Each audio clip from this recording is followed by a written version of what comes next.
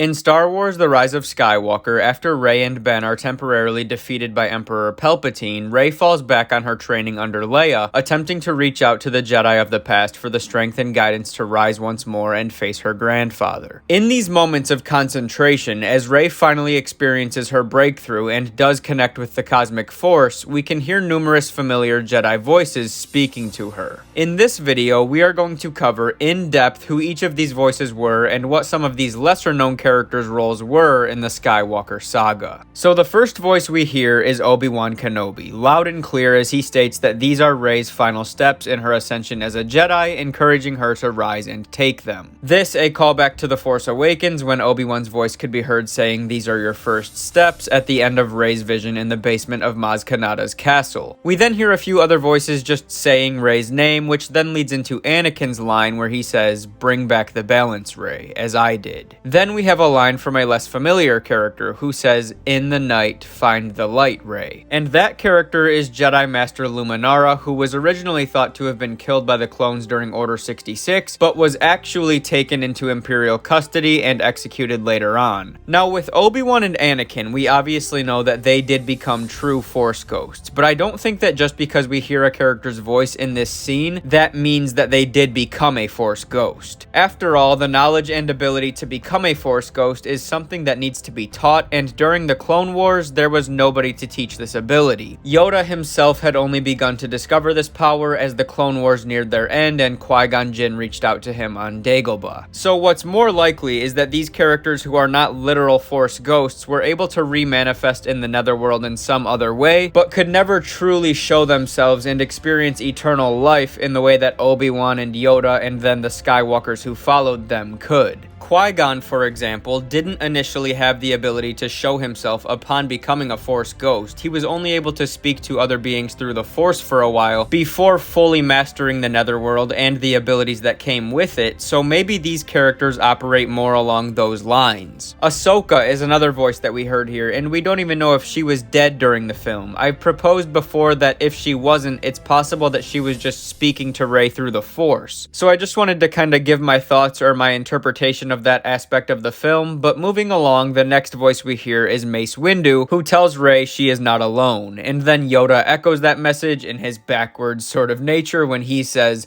"Alone never have you been." And that is a powerful line for Rey in particular, as she has pretty much been alone and searching for that belonging her entire life. But here, Mace and Yoda are letting her know that the Force has always been with her, no matter how lonely she may have felt. And now after that, Qui-Gon Jinn jumps in and he sort of starts to raise the stakes of this connection. He starts to push Rey to literally physically stand up when he says, "Every Jedi who ever lived lives in you." In telling her that, he's implying that the light side of the Force is with her now. She is becoming a conduit for the cosmic force to channel its power back onto Palpatine. Anakin, Ahsoka, Aayla Secura, and Mace Windu then all jump in, encouraging Rey to let the Force guide her, to let it lift her, and feel it flowing through her. Adi Gallia's voice then comes through as she more prominently says, "Rise, Rey." And then Qui-Gon comes in once more, confirming this message that they are with her, saying, "We stand behind you, Rey." We then have Kanan Jarrus, who says, "In the heart of the Jedi lies her strength," which is just a really cool line to me, and then all of the voices start echoing, "Rise, rise," and then Luke's voice emerges more prominent than any of the others as he says, "Rey, the Force will be with you.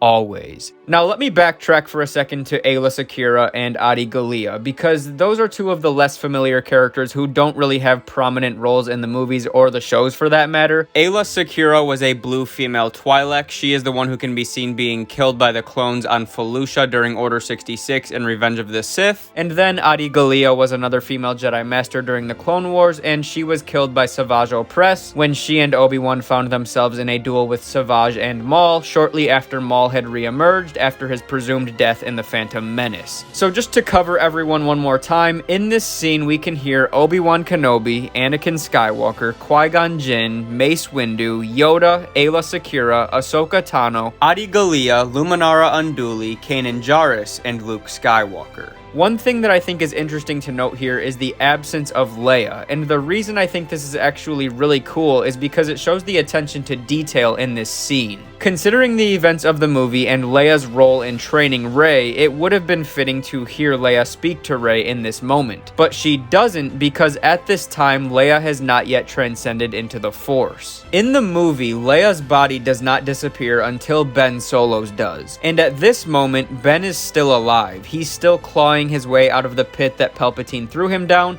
and it's not until he makes his way out and gives his life to save Rey that both he and Leia transcend into the Force together.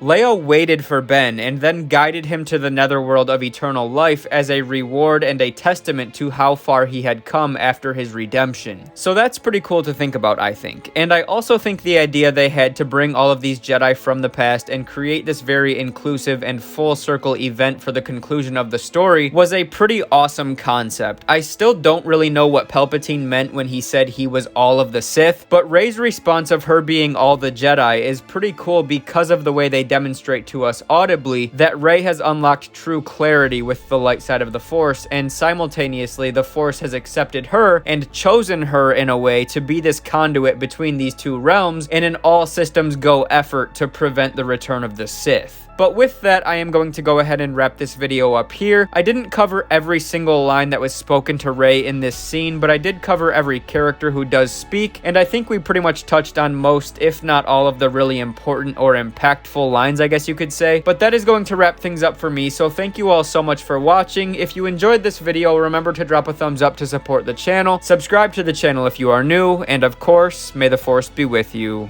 always.